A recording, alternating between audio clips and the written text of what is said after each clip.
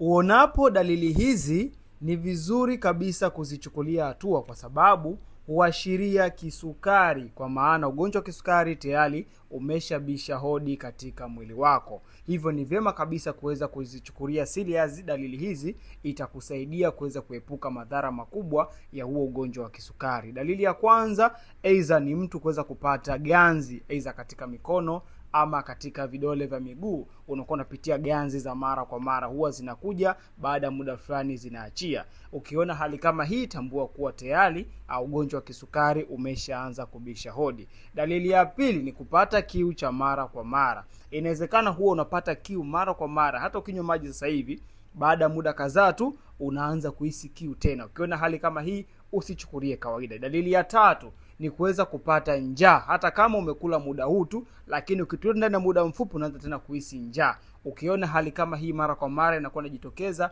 usiweze kupuuza, kwa sababu pia huashiria ugonjwa wa kisukari. Na dalili ya nne ni kuwa unakojoa mara kwa mara, hasa zile nyakati za usiku. Ukiona pitia hali kama hii mara kwa mara, usichukulie kawaida. Kuna watu huwa wanakojoa zaidi ya mara 5, mara 6. Yaani anakesha chooni muda wote, ni mtu ambaye anakuwa anakojoa mara kwa mara. Ukiona hali kama hii, pia usiweze kupuuza, kwa sababu huashiria dalili za awali za ugonjwa wa kisukari. Uzuri ni kwamba ukiwahi kuweza kupata matibabu, kwa maana ya kuweza kuzitibia hizo dalili ambazo unazipitia, ugonjwa huu wa kisukari huwa unaisha moja kwa moja. Lakini kama utapuuzia, una uwezo kujitengeneza na kukupa madhara makubwa katika mwili wako. By the way, nimekuwa nikiwasaidia watu wengi sana kuweza kupona changamoto za kisukari, lakini pia kuweza kupata tips nyingi kupitia akaunti ya Glucomizani. Ikiwa ni mmoja wapo pia na umeweza kufurahi au umeweza kupenda video hii, basi share kwa watu wengi sana, lakini pia usisahau kuweza kufollow akaunti ya Glucomizani.